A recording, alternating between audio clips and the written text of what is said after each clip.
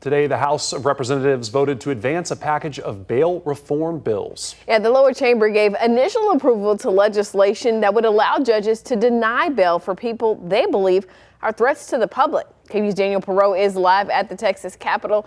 Daniel, session after session, these types of bills have died in the House. They have, but Governor Greg Abbott has continued to push for these changes. Supporters of the legislation say that keeping high-risk offenders in jail while they await trial will protect the community, though critics say it could lead to some unintended consequences.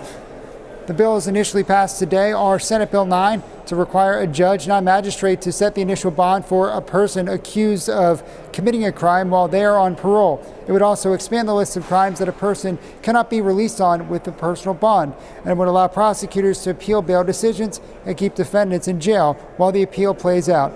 Senate Bill 40 would ban cities and counties from giving taxpayer dollars to nonprofits that pay for bail bonds.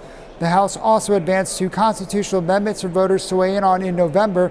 Senate Joint Resolution 1 would allow judges to deny bail for immigrants who are charged with certain felonies if they are in Texas illegally. And Senate Joint Resolution 5 would require judges to deny bail to people accused of certain crimes. The House did amend the legislation to add that prosecutors have to prove a defendant is either a flight or a public safety risk.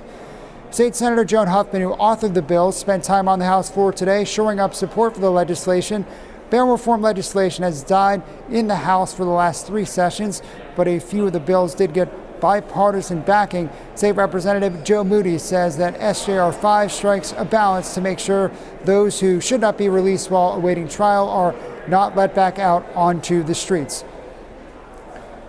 But critics argue that these bills will burden the state's already overcrowded jail. State Representative Armando Wale asked State Representative John Smithy, who is leading the bail reform push in the House, if this will stick counties with increased costs. Smithy said that they do not want this to be an unfunded mandate for the counties.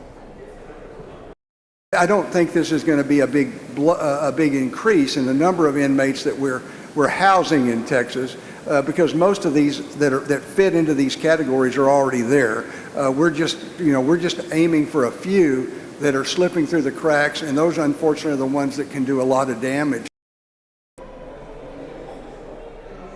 SJR 1 to deny bail to felony suspects who are immigrants in Texas illegally passed with just 88 votes today. Now, in order for constitutional amendments to pass in the House and end up on the ballot, there has to be 100 votes in the House, so lawmakers will need to find at least 12 more supporters before the final vote, which is expected to take place tomorrow. We'll dig into some of the concerns with that bill coming up at 6 o'clock. Now, these Senate bills will have to go back to the Senate once that vote happens tomorrow, where lawmakers in that chamber will have a chance to decide whether they accept the changes that House lawmakers have made to the bills, or to call for what's known as a conference committee, where they'll have a chance to iron out their differences. At the Texas Capitol, Daniel Perot, KVUE News.